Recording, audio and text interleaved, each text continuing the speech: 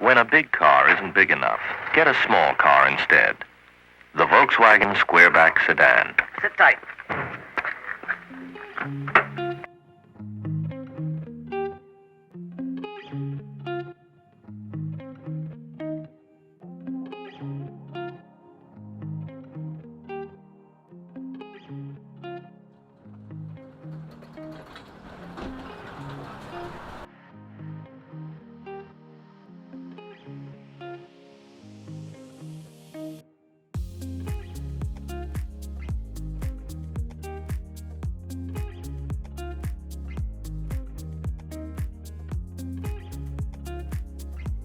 The first thing that we knew we had to do with these cars was get them cleaned up.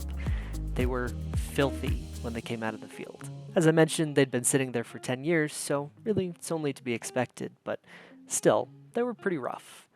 And as you can see from what I'm doing here, they had a lot of their parts stacked inside. Some, like the front and rear seats, obviously were supposed to be inside, and others, like a taillight and a rear fender and the bumpers, were maybe not so much.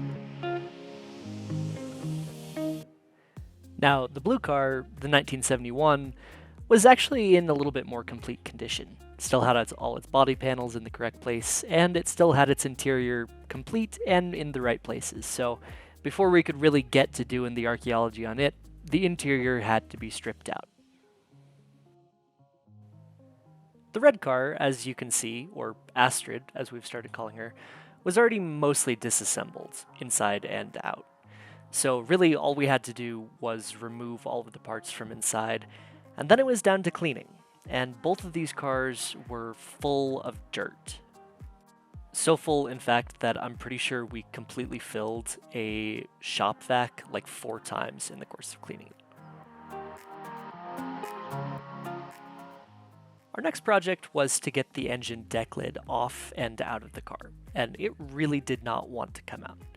Even with the help of WD-40 penetrating fluid, the left-hand clip that holds that lid down just would not turn.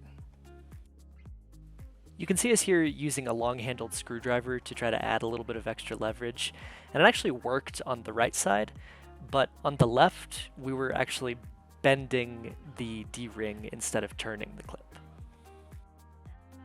Finally, after like 20 minutes of trying to get this thing to turn, we decided to call it a day, spray a whole bunch more penetrating fluid on it, and come back to it the next day.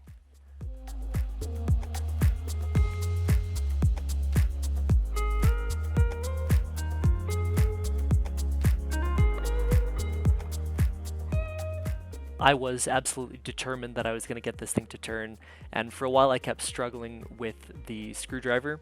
But as you can see here, I ended up just breaking the clip. The D-ring pulled out of its holder. And so after a little bit, I came back with an Allen key. And I stuck it in the hole, and I just used it as leverage to turn the thing. As you can probably see, because it wasn't an exact fit, the Allen key kept kind of slipping, and it did damage the clip a little bit. It sort of stripped out those holes. But eventually, as you can see, I got it to turn just enough to actually get the engine lit off.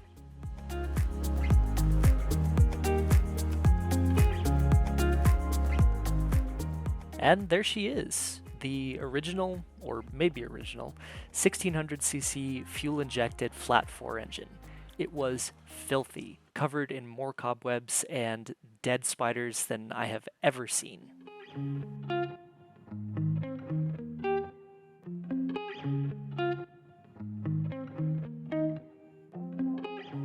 The engine is coming out of the car anyway, but it just needed a clean so desperately, and I couldn't stand how dirty it was, so I sprayed it with some degreaser and just some paper towels, and cleaned off at least some of the dirt.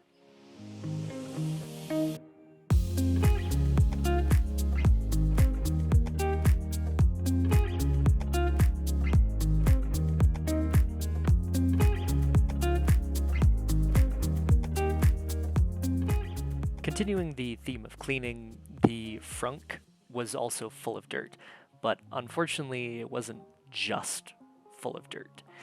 As you can see on screen, there's also a pretty big rust patch over in the corner of the front there, which is extensive.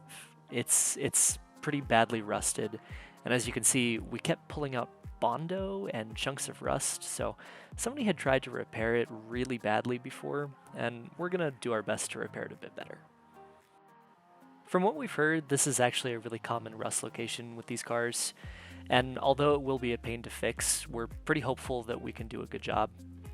As you can see, it actually travels up the seam there as well, so this is multiple layers of rusted metal.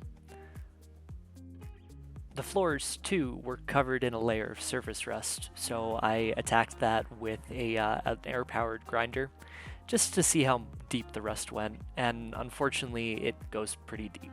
Our floors are sort of like Swiss cheese, they're peppered with a bunch of little holes.